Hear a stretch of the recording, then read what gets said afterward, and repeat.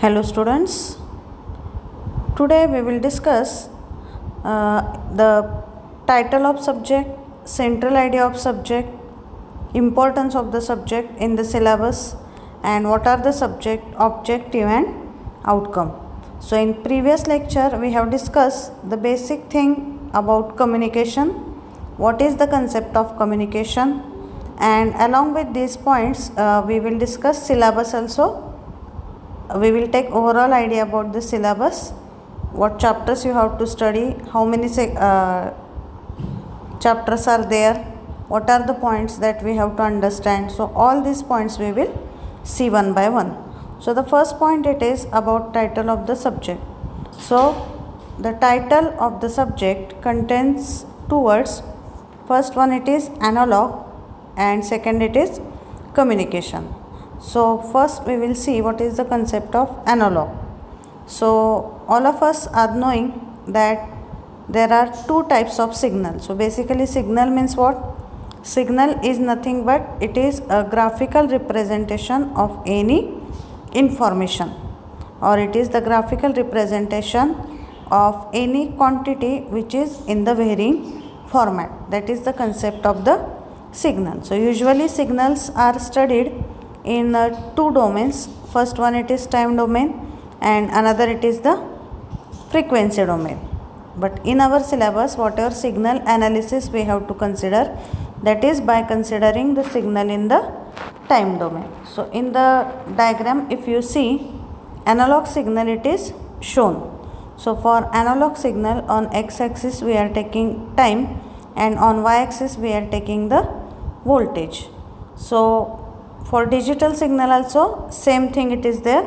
So in the diagram, if you see in this diagram, two signals are shown. Basically there are two types of signals, electrical signals, analog signal and digital signal. So right now we are considering only about the digital signal and analog signal, because we are considering the signals which are in the electrical form.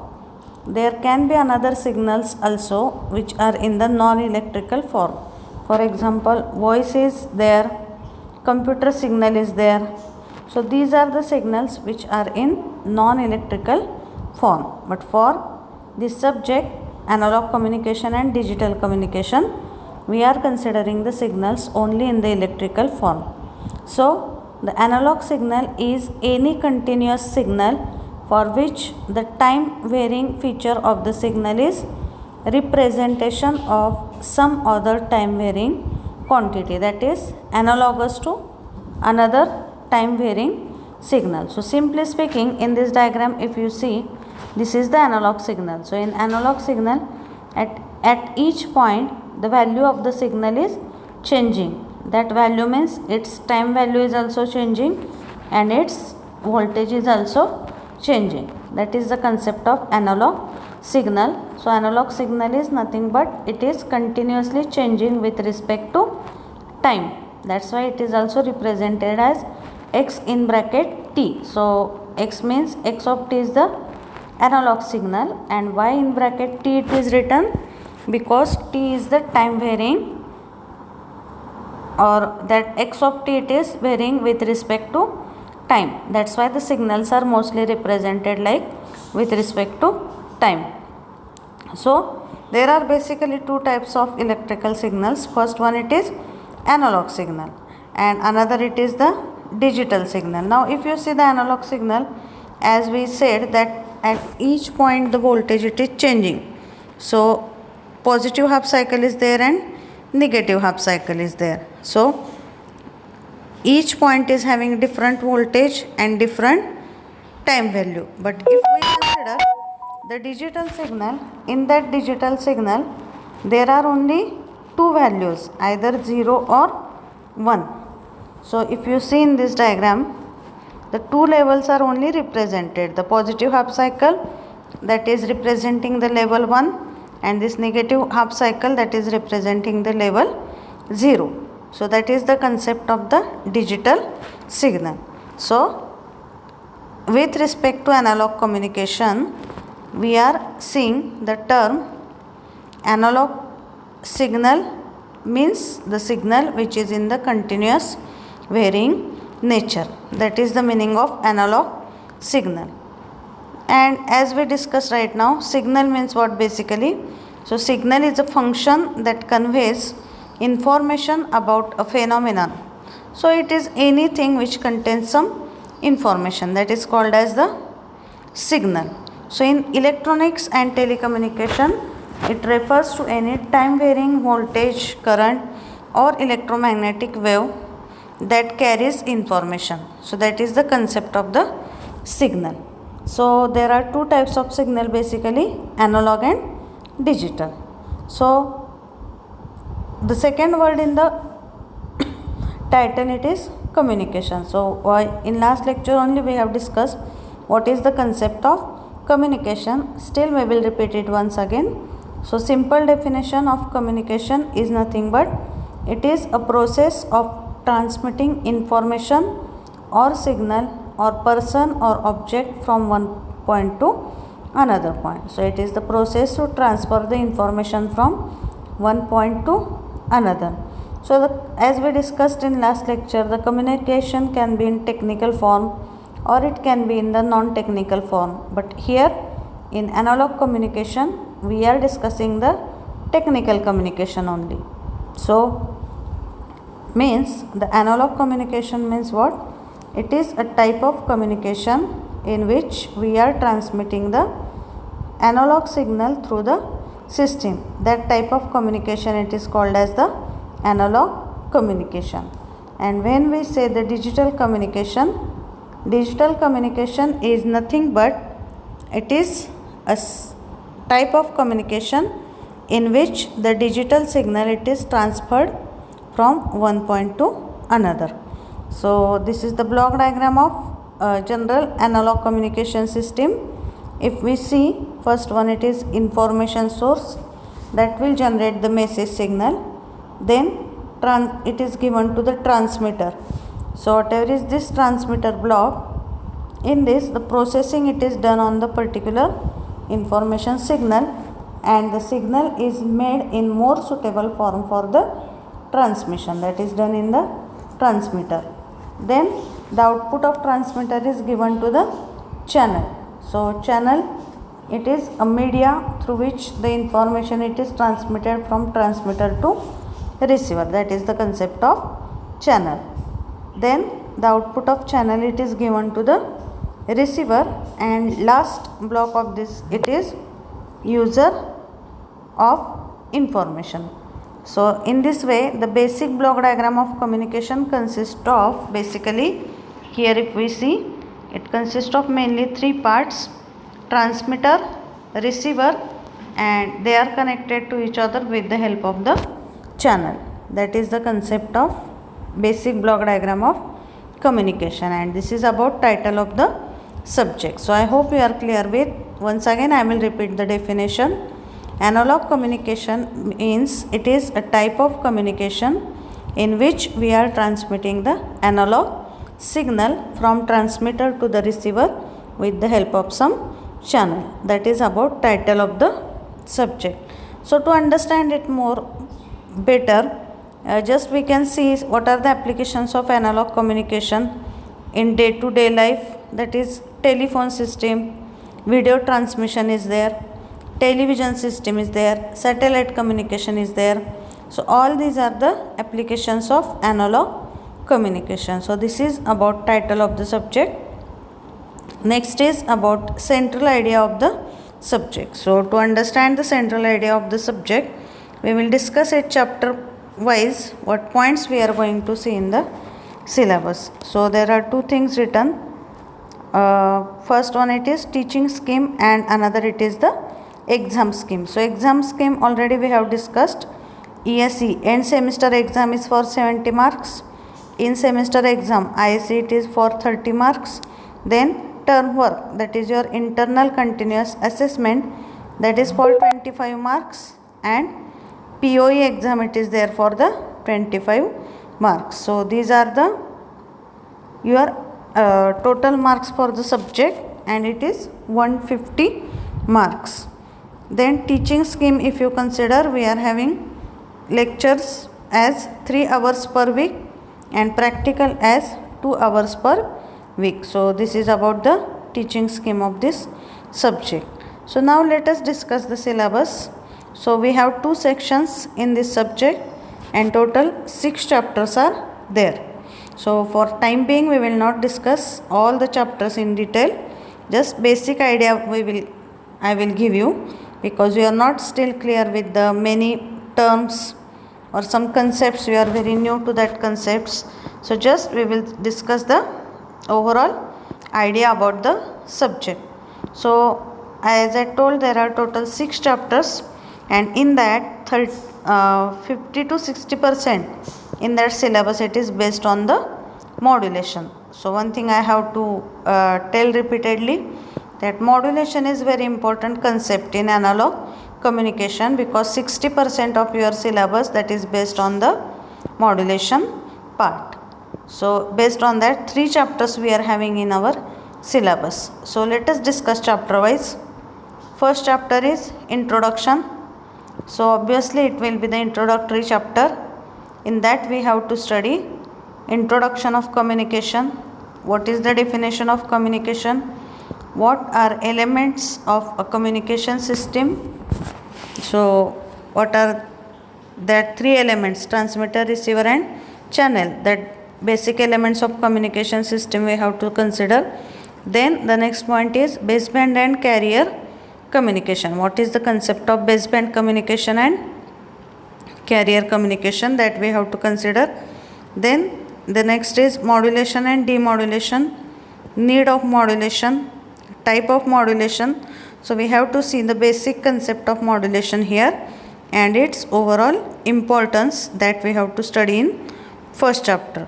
Along with that we have to study the type of communication channel. Communication channel is used to transmit the information from transmitter to receiver. So in this we have to see what are the communication channels used in the optical, what are the communication channels used in the analog communication system. So we have to study transmission line, parallel wires, coaxial cables, waveguide and optical fibers. Along with that we have to see some basic terms in the communication: electromagnetic spectrum, bandwidth, multiplexing.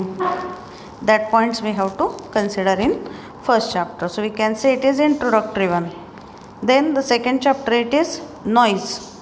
So basically noise means it is unwanted signal that is added at the time of transmission of signal from transmitter to the receiver. So we will consider the different types of noise. What are the sources of noise? What are the different types of noise?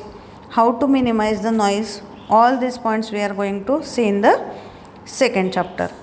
Because whatever signal is transmitted from transmitter to receiver, it will never be transmitted as it is, or it will never be received as it is at the receiver end. Some noise it is added in that. So that we are going to see in the second chapter. Then in third chapter we are going to see AM transmission. Here AM, so we will discuss third and fourth chapter. Third is AM transmission and fourth it is AM reception. So here the word AM stands for amplitude modulation. So there are 3 types of modulation techniques: amplitude modulation, frequency modulation and phase modulation. Out of that we have to study amplitude modulation and frequency modulation in detail. So in third chapter we are going to see the transmission part in AM technique, means when we are going to transmit amplitude modulated signal, what are the parameters at transmitter side, that we are going to see in the third chapter. Fourth chapter is AM reception. So whenever we are receiving the AM signal at receiver, what parameters we have to consider, that is there in the chapter number 4. So third and fourth chapter covers AM transmission and AM receiver. Then fifth chapter it is about FM transmission and reception. So first type of modulation is amplitude modulation, that is covered in chapter number 3 and 4. And second type of modulation is frequency modulation, that is covered in the chapter number 5. We are not having in detail study of phase modulation, just we have to understand the concept of phase modulation, but more in detail we have to study about this AM and FM. Then chapter number 6, it is pulse analog modulation. Now as you are not familiar with the basic terms modulation and all that things, I will not discuss in detail right now, but you just remember currently that modulation is a process which is used to increase strength of the signal and to make it in the more suitable form for the transmission. That is the current definition you remember for modulation. So it is a process of amplifying strength of the signal to make it more suitable for the transmission. So in modulation there are two types of modulation. Analog modulation means the modulating signal and carrier signal both are in the form of analog. That is the concept of pulse. That is the concept of only analog modulation. But when either our modulating signal or carrier signal, any one signal, it is in the form of digital signal or it is in the form of pulses, that is called as the pulse analog modulation. So that we will see in chapter number 6. So if we see the overall central idea about the subject, in that we have to see introduction of communication, how the communication takes place between the transmitter and receiver, then what are the different types of the noise that we have to study, then we will study in detail AM transmission, AM reception, FM transmission and FM reception, and we will see about the pulse analog modulation. This is about the central idea of the subject and textbooks which you have to refer. So there is no unique textbook in which your all syllabus is covered. You have to refer 2-3 books for covering the syllabus. So here are some textbooks, names are given. George Kennedy, Electronic Communication System, 5th edition, MC Graw-Hill publication. Then Dennis, Roddy and Cullen, Electronic Communication, 4th edition. So these are the reference books that you have to refer, or these are the textbooks that you have to refer for your syllabus. Along with that there are reference books. So in reference books are Modern Digital and Analog Communication System by B.P. Lathi and Communication System by Simon Hackin. So these are the books that you can refer for your syllabus. Then next point, it is about importance of the subject. So the analog communication is very basic type of the communication, or it is the communication which is suitable for transmission of any kind of information. That is the basic concept of analog communication. That's why we have to study the analog communication. Then only if you understand analog communication properly, then only you will understand digital communication and next application oriented communication subject. So analog communication is basic one and it is commonly used method in nowadays. That's why it is important to study the particular subject, or the subject it is introduced in your syllabus. So it is having low cost design, and any system in the world or any system can be built by using the analog communication, and it is easy to build. That is the importance of the subject. Next point, it is subject, objective and outcome. So basically first we will discuss what is the concept of objective and outcome. So objective means the purpose or what is the intention behind a particular thing, that is called as the objective. So what are our intentions to study this subject, that will be called as the subject objectives. So subject objectives for analog communication are to study the basic concept of communication. First we have to study what is the basic concept of the communication, how it works, what are the basic concepts in the communication, that are the subject objectives. Second objective is to study the different types of the modulation. As I told, modulation is the basic point in this analog communication. So second objective it is to study the different types of the modulation techniques. Then to study the concept of amplitude modulation and frequency modulation in detail, that is third objective. And fourth it is to study the pulse modulation technique. So our chapter number 6 it is having the pulse modulation. So we have to see the concept of pulse modulation. So these are the objectives of the subject. And next point it is subject outcome. So outcome means what? It is the expected skill from the student after completion of the course, or course means nothing but it is subject. So in some accreditation related things, our subject it is referred as course. So there is a NBA accreditation, so we will discuss it later on. These are the standard accreditations which are required for institutes, and ours is the NBA accreditation, NBA accredited institute.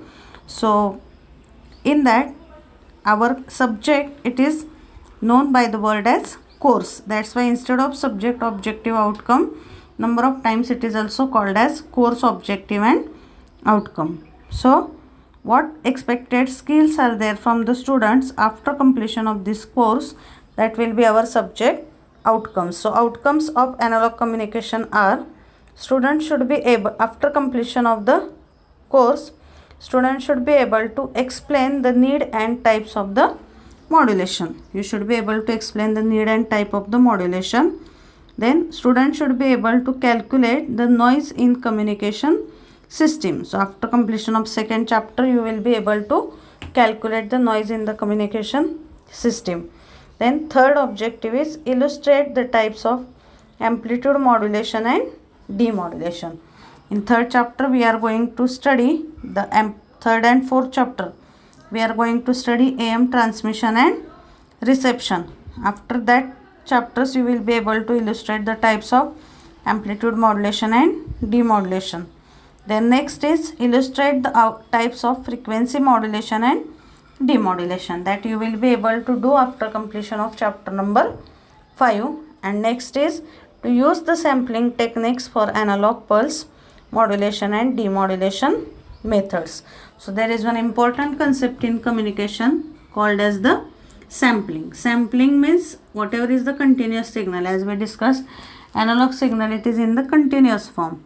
To make it in the discrete form or to convert it in the discrete form, that process it is called as the sampling process. So that point is there in chapter number 6. So you should be able to enhance, or you should be able to show all your skills, that is called as the subject outcome. So this is about the basic things related to chapter number, or these are the basic things related to the analog communication subject. So in next lecture we will start with the chapter number 1, and all the points we will discuss in detail. So today we have discussed about the title of subject. In that we have seen what is the concept of signal.